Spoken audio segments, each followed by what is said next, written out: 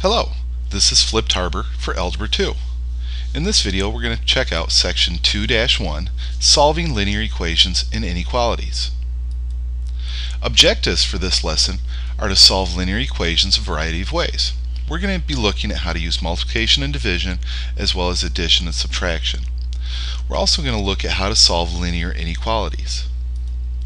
The topics for this lesson include a linear equation with one variable, linear inequalities, a solution set, an identity, and a contradiction. The outline for this video, we're going to start with the Cardinal Rule of algebra. Solve the equation, a new rule that I'm sure you won't like, solving equations, and solving and graphing linear inequalities. Let's start with this Cardinal Rule of algebra. Now this is my name for it, and you've heard it before, but I want to say it again. When you're solving equations, whatever you do to one side of an equation, you must do to the other side also. This is the only way that we can ensure that an equation stays equal.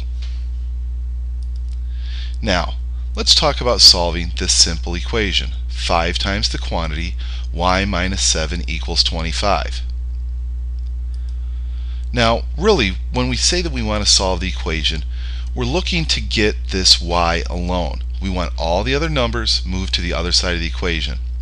It doesn't really matter what side of the equation that variable is on. We just want it to be alone. Now, the technical way that we say to solve this is that we follow the order of operations backwards, or what I like to refer to as SADMEP.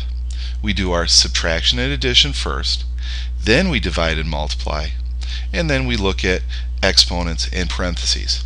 But I like to look at it another way actually. Equations are like onions.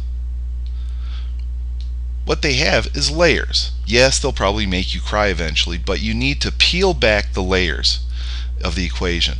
So our first layer to get rid of is that 5. We're going to do that by dividing by 5 on both sides of the equation. That gets us y minus 7 equals 5.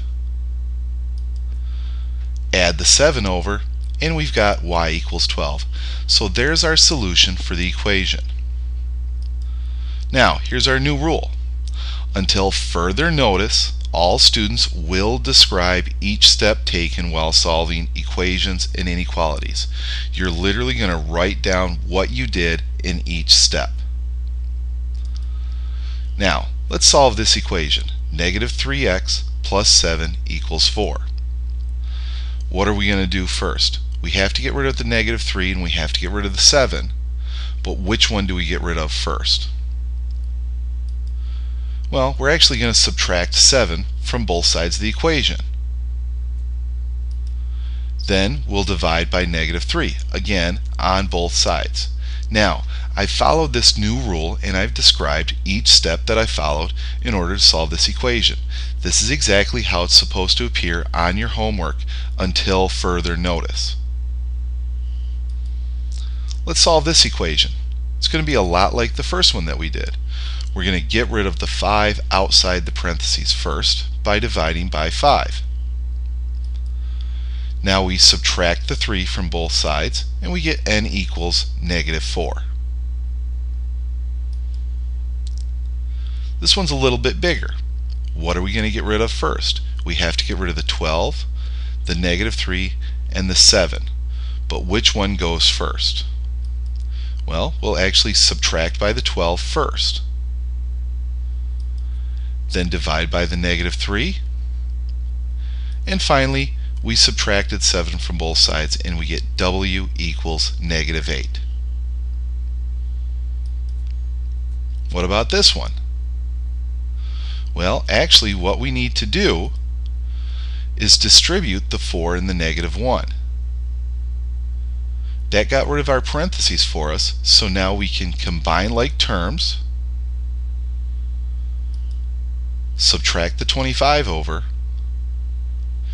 and finally divide by negative 3. Again, all of my steps are described to the side just like they're going to show up on your homework until further notice.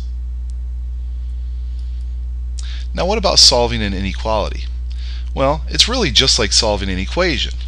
The only thing you need to remember is that when you divide or multiply by a negative number, you flip the inequality sign. So how about this one? Negative 5x plus 7. We have to get rid of the negative 5. We have to get rid of the 7.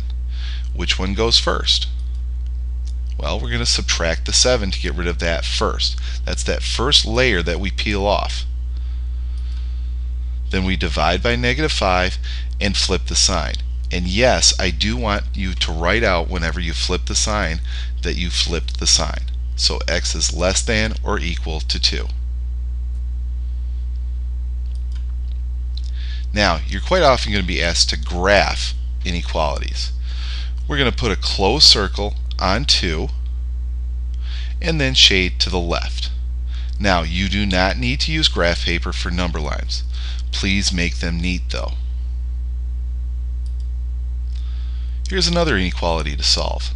What are we going to do first?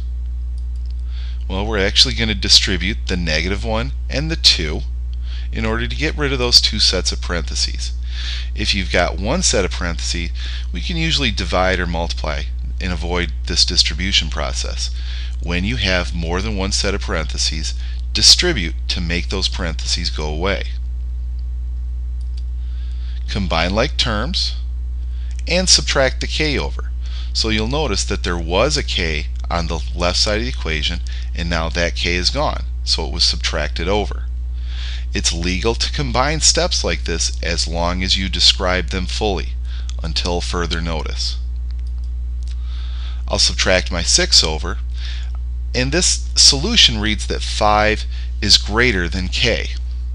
Now, really, that should be flipped over and it should read k is less than 5.